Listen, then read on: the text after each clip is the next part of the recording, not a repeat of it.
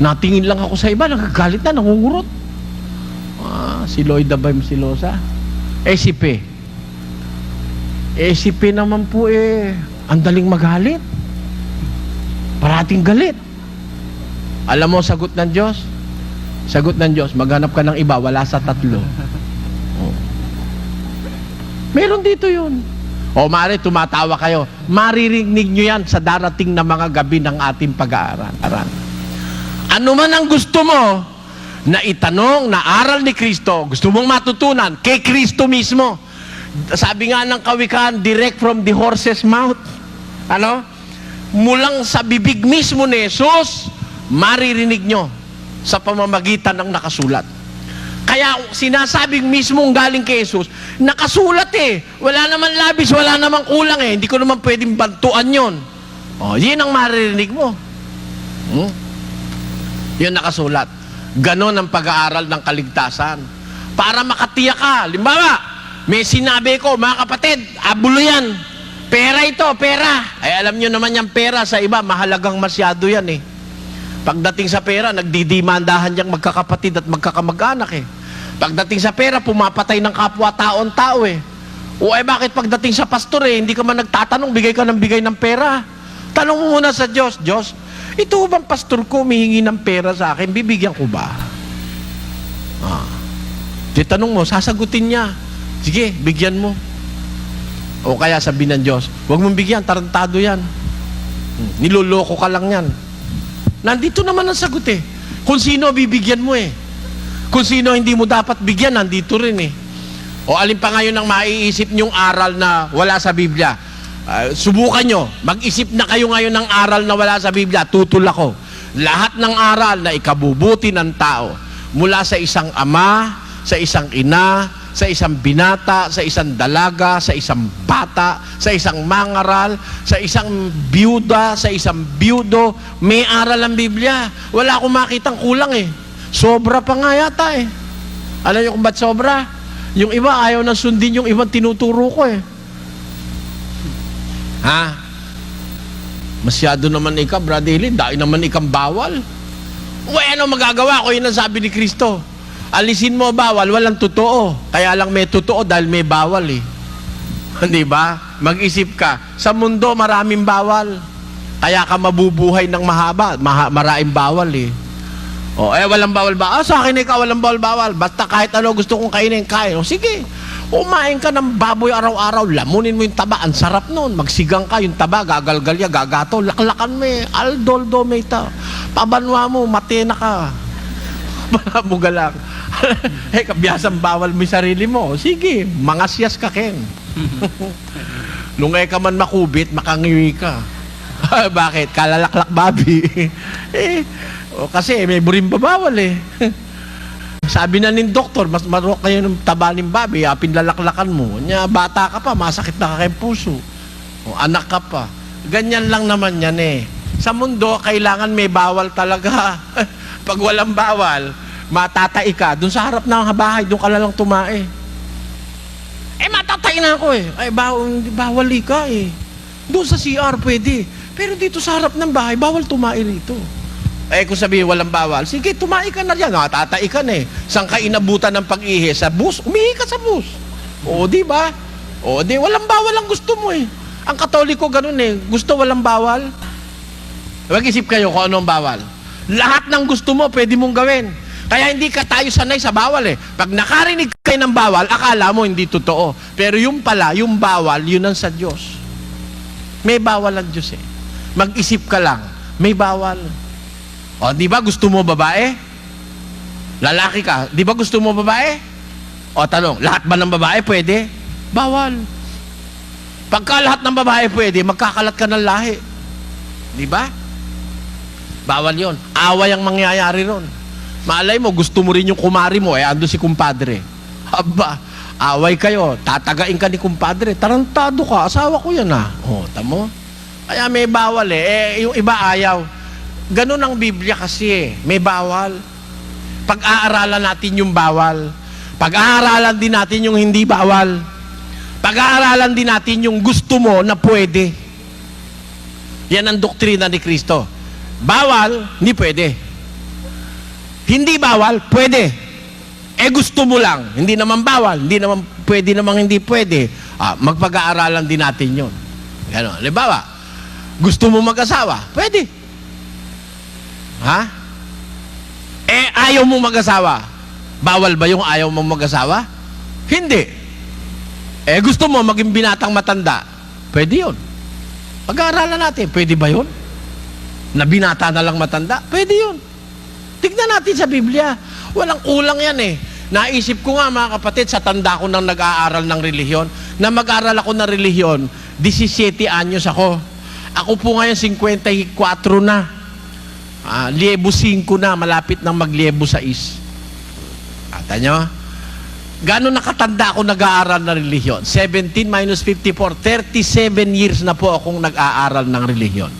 Wala pa akong kabutihang masabi na hindi nakasulat sa Biblia. Basta't lahat ng kabutihan na magagawa ng ama, ina, anak, dalaga, binata, ministro at hindi, nakasulat sa Biblia. Yan ang sinabi ng garansya ng kasulatan. Matuto kayo sa amin, huwag hihigit sa mga bagay na nakasulat. Kaya si Kristo ang guro, huwag niyong kakalimutan, siya ang iisang guro. Ang turo niya, itinuro sa mga apostol. Ang mga apostol, isinulat. Doon sa nakasulat, walang kulang, walang labis, yun ang dapat nating matutunan. Ang tanong, paano natin matututunan yung nakasulat? Paano? Ha? Paano makakarating sa ating panahon yung itinuro ni Kristo sa mga apostol? Isinulat. Sino magtuturo sa atin nung nakasulat? Pakinggan nyo. Sa isang talata ng Apokalipsis, ganito na mababasa. Mapalad ang bumabasa at ang nangakikinig ng mga salita ng hula at tumutupad ng mga bagay na nangasusulat doon sapagkat ang panahoy malapit na. Ayon, sa malapit na pagwawakas ng mundo, sa panahong malapit na, ang sabi ng Biblia, mapalad ang bumabasa at ang nangakikinig at tumutupad ng mga bagay na nasusulat dun sa hula sapagkat ang panahoy malapit na. Alam nyo pala, ang paraan ng Diyos, kailangan may magbabasa. May bumabasa. At yung bumabasa, pinakikinggan naman ng mga tao. At pagkatapos na basahit pakinggan, tutuparin naman. Mapalad, sabi ng Biblia. Blessed is he who reads aloud the words of the prophecy, and they that hear it and execute the judgment thereof. Yan ang paraan ng Biblia.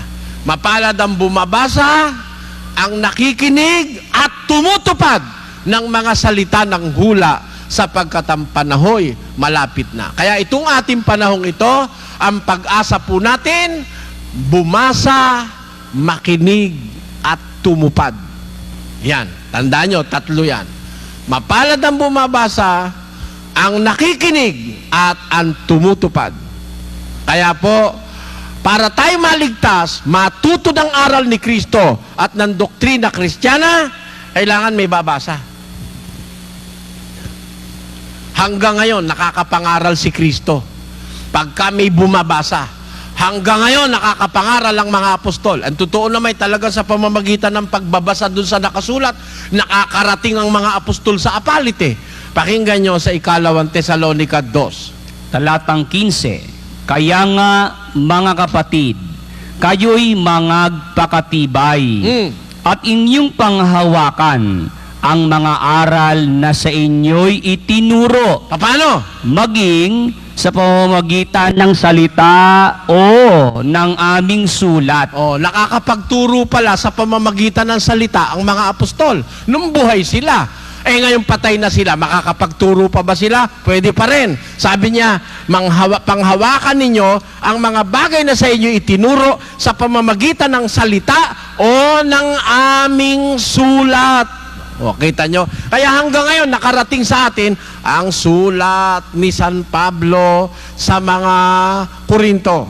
ang sulat niya sa mga taga-Tesalonika, ang sulat niya sa mga taga-Galacia, ang sulat sa mga taga-Epeso. Ang tatanungin nyo, paano tayo, Brother Eli, taga-Pilipinas tayo? Paano yun? Sulat pala sa Corinto yan. Sulat pala sa Galacia yan, sa Epeso, sa Pergamo. Paano yun? Pareho lang po yan. Ang tao sa Corinto, pareho lang natin. May bading sa Corinto, may bading din dito sa atin. Pareho lang. May tomboy sa Corinto, may tomboy din sa panahon natin. May nangangalon niya sa Corinto, may nangangalon niya rin sa atin. May magnanakaw noon, may magnanakaw. Pareho lang naman yung tao ngayon sa kanoon eh. Kaya yung aral na ating tutuparin, pareho rin. Sapagkat ito talaga ang aral ni Kristo. Mula ng unang panahong Kristiyano hanggang sa magwakas ang mundo, ito ang aral na dapat masunod. Ang katunayan, pakinggan nyo mga kapatid, yung sulat ni Pablo sa mga iba-ibang iglesia nung una, aplikable yon sa ating panahon. Sa isang talata ng Kolosas, ganito ang ating mababasa. Pakinggan nyo. 4:16. At pagkabasa ng sulat na ito sa inyo, ay ipabasa naman ninyo sa iglesia ng mga taga-Laodicea. At basahin naman ninyo ang sulat na mula sa Laodicea. Kita nyo, sabi sa mga taga-Kolosas, pagkabasa nitong sulat na ito sa inyo, ipabasa nyo sa Laodicea. At yun naman sulat na galing sa Laodicea, basahin naman nyo sa inyo. Ibig sabihin, yung para sa Laodicea, para din yun sa Kolosas. At yung para sa Kolosas, pwede rin yun sa Laodicea. Kaya, kung pwede sa Laodicea, pwede rin sa Apalit, Pampanga. Amen? Amen. Kaya kahit saan ka makarating, yung pa rin yun. Hindi na kailangan magduda tayo ron. Ang sabi sa Corinto, ito sa Epeso, sabi, yung nagnanakaw, wag nang magnakaw pa. 4:28 ng Epeso. Pakita mo sa screen. Ang nagnanakaw, wag nang magnakaw pa. Applied ba yan sa Apalit? Applied. Marami magnanakaw sa Apalit eh. Nung araw nandun kami sa Kabilaron, sa subdivision, sa Bagong Pag-asa, na ngayon wala nang kapag-apag-asa at lagi na lang lubog. Doon, ninakaw yung welding machine ko, ninakaw yung isang makina naming 5-thread, ninakaw yung isang VHS, maraming nanakaw sa akin doon. At minsan nga, harapan pa kung magnakaw yung mga kapitbahay ko ron eh. May kapitbahay ako yung malaking lalaki ron na, matabang-mataba. May kaharap ako yung akin sigarilyas, nagtanim ako ng sigarilyas. Ang lalaki ng bunga, habang ganon. May kaharap ako kinukuha eh. Akala mo siya nagtanim eh. O hindi ba yun panunulisan? O kaya sabi ni Pablo sa Epeso, yung nagnanakaw, wag nang magnakaw pa. Anong gagawin ng magnanakaw? Tuloy. Bagkus magpagal. Magtrabaho. At na igawa ang kanyang mga kamay ng mabuting bagay. Kita nyo? Pwede ba yun sa Apalit, mga kapatid? Na yung nagnanakaw, pigilan sa pagnanakaw at pagtrabahuhin para gumawa yung kanyang kamay ng mabuting bagay. Huwag kang magnakaw, masama yun. Ang gawin mo, mabuti para upang siya'y may maibigay sa nangangailangan. Kaya pag-aaralan natin ang doktrina ni Kristo sa mga magnanakaw. Kita nyo? Hindi ngayon. Sa darating pang mga gabi yun. Binibigyan ko lang kayo ng ideya kung ano ang pag-aaralan natin dito. May doktrina sa magnanakaw, may doktrina sa tamad, may doktrina sa madaldal, may doktrina sa masyadong mahilig sa babae, may doktrina sa mahilig sa lalaki, may doktrina sa mga barumbadong anak, may doktrina sa mga asawang nambubugbog ng asawa, merong mga doktrina para sa mga away ng mag-asawa, araw-araw away, nagbabatuhan ng kawali, sandok, siyense, kaldero. Ayan, may doktrina para sa inyo si Kristo. Walang kulang kahit isa. Gusto nyong matutunan, direkto, galing kay Kristo, itinuro sa mga apostol. At ang mga apostol isinulat naman, babasahin lang ni kapatid na Soriano. Matututunan nyo ang doktrina ng ating Panginoong Hesukristo. Sana po, itiyagain ninyo mga kababayan, magtiyaga po kayo. Merong tayong natutunan ngayong gabi na isang mahalagang bagay ng kaligtasan. Wala tayong ibang guro na papakinggan, si Kristo lang. Si Kristo ang nagturo, itinuro sa mga apostol bago siya pumanik sa langit. Isinulat naman ng mga apostol bago sila mamatay. Ang sulat na ay kinasiyahan ng Espiritu Santo na karating sa ating panahon. At sa ating panahon, ang pag-asa nating maligtas ay basahin ang sulat ng mga apostol. At sa pagbasa, sundin ito at tuparin sa ating pang-araw-araw na pamumuhay. Dito tayo magbatay ng anumang gagawin natin sa relihiyon. Mag-aabuloy ka, gagastos ka, mananalangin ka, ikaw ay magpipinitensya kung meron man, ikaw ay, kung ano man ang gagawin mo sa relihiyon, dapat tingnan natin sa nakasulat, sapagkat ito ang aral ni Kristo. Ipinasulat para wag mawala, para wag makalimutan, nakasulat. At pag ito ang ating pinag-aralan, mga kababayan, darating ang panahon. Mula sa sulat na ito, malilipat ang sulat na ito, mga kapatid. Yung nasa pahina ng Biblia, malilipat po ito sa pahina ng inyong mga puso. Pakinggan nyo sa Hebreo, ganito ating mababasa. 8 at 10. Sapagkat ito ang pakikipagtipang aking gagawin sa sangbahayan ni Israel, pagkatapos ng mga araw na yaon ng Panginoon. Ilalagay ko ang aking mga kautusan sa kanilang pag-iisip at sa kanilang mga puso'y aking isusulat ang mga ito. Mawawala pa ba, mga kapatid? Hindi na. Mula sa Diyos, binigay kay Kristo. Iniwan sa mga apostol, isinulat ng mga apostol sa Biblia, babasahin natin, tatandaan nyo. Pag tinandaan nyo, masusulat sa inyong puso. Itong nasa Biblia mismo, matatransfer sa puso nyo saka sa isip nyo. Pwede ba yon, mga kapatid? Pwede. Nangyari na po sa akin, kaya nasasabi ko sa inyo. Itong Bibliang ito, kahit po ito'y mawala pa, yung utos na nabasa ko't natandaan ko, nakasulat na po sa aking kaisipan at sa aking puso, yung itinatawid ko sa inyo ngayong gabi. At yung mangyayari rin po sa inyo. Mangyayari rin sa inyo yon. Sikhayin nyo lang, maging matiyaga lang kayo, magpuyat kayo ng 1 oras o 2 oras gabi-gabi. At sa tulong at awa ng Diyos, yung kautusan na yon, na nanggaling sa langit, dinala ni Kristo sa lupa, itinuro sa mga apostol, isinulat sa Biblia, malalagay sa inyong mga puso sa pamagitan ng inyong pakikinig.